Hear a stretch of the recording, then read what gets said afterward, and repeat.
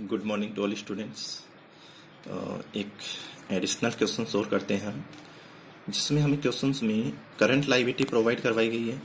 Current liability questions में बेटा 3,50,000 है। करंट रेशियो हमें क्वेश्चंस में 3:1 प्रोवाइड करवाया गया है। करंट रेशियो 3:1 और क्विक रेशियो हमें क्वेश्चंस में गिवन है, जो कि 1.75 रेशियो 1 है। और बेटा हमें क्वेश्चंस में करंट असेट्स फाइंड आउट करनी है, लिक्विड एसेट्स फाइंड आउट करनी है और इन्वेंट्री फाइंड आउट करनी है। दोबारा से देख लीजिए, क्वेश्चंस में करंट लायबिलिटी क्वेश्चंस में गिवन है 3,50,000, current ratio 3:1 and quick ratio 1.75 ratio 1। हमें क्वेश्चंस में current assets, liquid assets and inventory find out करनी है। आपको पता होना चाहिए कि बेटा हमारे करंट एसेट्स और करंट लायबिलिटी का करंट एसेट्स और लिक्विड एसेट्स का नॉर्मली जो डिफरेंस आता है, जब क्वेश्चंस में पूरी इन्फॉर्मेशन नहीं हो तो वो क्या होगा, इन्वेंट्री ही माना जाएगा। तो यदि हमें करंट एसेट्स और लिक्विड एसेट्स फाइंड आउट कर लेते हैं तो इन करंट एसेट्स और लिक्विड एसेट्स का दोनों का जो डिफरेंस होगा वो क्या होगा, इन्वेंट्री। ठीक है, तो देखिए सॉल्यूशन स्टार्ट करते हैं।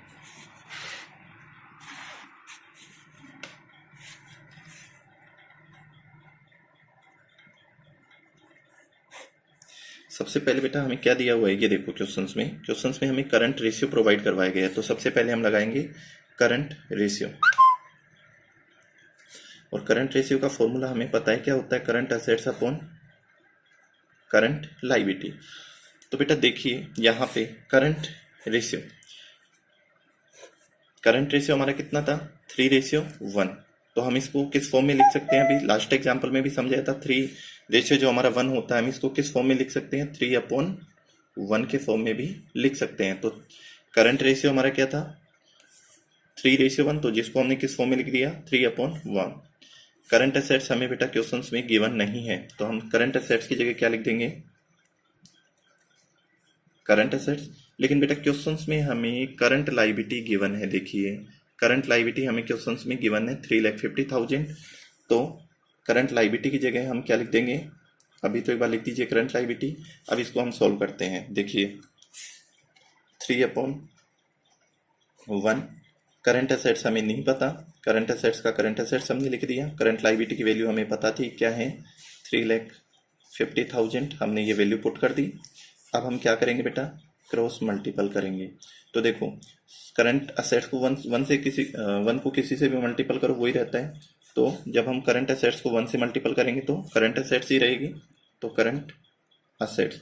लेकिन जब हम 3,50,000 को 3 से मल्टीपल करेंगे तो हमारे पास वैल्यू होगी 10,50,000। आप मल्टीपल करके देख लीजिएगा, तो हमारे करंट असेट्स की वैल्यू क्या आ गई बेटा, 10,50,000। इट मीन्स हमारे करंट असेट्स की वैल्यू क्या आ गई, 10,50,000। अब बेटा यदि हमारी करंट असेट्स की वैल्यू आ गई तो नॉर्मली हम लिक्विड असेट्स भी निकाल सकते हैं। देखिए लिक्विड असेट्स का फॉर्मूला, लिक्विड रेशियो का फॉर्मूला क्या होता है बेटा, लिक्विड असेट्स जिसको हम क्विक असेट्स भी बोल सकते हैं, और अपॉन में क्या आता है, वही करंट लायबिलिटी। तो देखिए हमारे यहाँ पे लिक्विड रेशियो कितना था, क्वेश्चंस में गिवन है 1.75 रेशियो 1। तो हम इसका फॉर्मूले में रेशियो पुट करेंगे 1.75। रेशियो में कितना था, 1 था, क्विक रेशियो 1.75 रेशियो 1। तो अपॉन में क्या लगा देंगे बेटा हम, 1। लिक्विड एसेट्स हमें क्वेश्चंस में गिवन नहीं है, तो ये लीजिए लिक्विड एसेट्स। और करंट लायबिलिटी की वैल्यू हमें पहले भी मैंने बताया था क्वेश्चंस में गिवन है। करंट लायबिलिटी कितनी क्वेश्चंस में गिवन है, 3,50,000। तो करंट लायबिलिटी की वैल्यू हम पुट करेंगे, लिक्विड एसेट्स को 1 से मल्टीपल करेंगे, 1 ही रहेगा। देखिए लिक्विड एसेट्स को यदि हम 1 से मल्टीपल करेंगे, लिक्विड एसेट्स ही। लेकिन 3,50,000 को जब हम 3,50,000 को 1.75 से मल्टीपल करेंगे तो बेटा आप करके देख लीजिएगा, आपके पास वैल्यू आएगी 6,12,500। जब आप इन दोनों को क्रॉस मल्टीपल करोगे तो आपकी वैल्यू क्या आएगी, 6,12,500। इट मीन्स बेटा हमारे पास लिक्विड एसेट्स भी आ गई। हमें क्वेश्चंस में 3 चीजें पूछी गई थी, लिक्विड एसेट्स जो हमने फाइंड आउट कर ली है, एक हमसे करंट एसेट्स पूछी गई थी वो भी हमने फाइंड आउट कर ली है, एक हमसे क्वेश्चंस में पूछा गया था इन्वेंट्री, एक हमारे से क्वेश्चंस में क्या पूछा गया था, इन्वेंट्री। तो बेटा इन्वेंट्री निकालने के लिए मैंने आपको बताया था कि जब पूरी इंफॉर्मेशन नहीं होती है, इस क्वेश्चंस में प्रीपेड एक्सपेंसेज और एडवांस टैक्स के रिगार्डिंग बात नहीं की गई है, तो इसलिए हम इन्वेंट्री इज इक्वल क्या कर देंगे, current assets upon minus liquid assets. तो बेटा करंट असेट्स की वैल्यू हमारे पास थी 10,50,000 और लिक्विड असेट्स की हमारे पास क्वेश्चंस में जो अमाउंट गिवन है वो है 6,12,500। जब हम इन दोनों का डिफरेंस निकालेंगे तो हमारे पास में बेटा इन्वेंट्री क्या आ जाएगी 4,37,500। इन इसमें से ये अमाउंट माइनस करेंगे तो हमारी इन्वेंट्री की वैल्यू क्या आ गई 4,37,500। बेटा आप ये पूछ सकते हो कि ये इन्वेंट्री ही क्यों आया, तो मैं आपको बता दूं, एक बार वापस से देख लीजिए। करंट लिक्विड एसेट्स निकालने के लिए बेटा हम क्या फॉर्मूला यूज करते हैं, करंट एसेट्स माइनस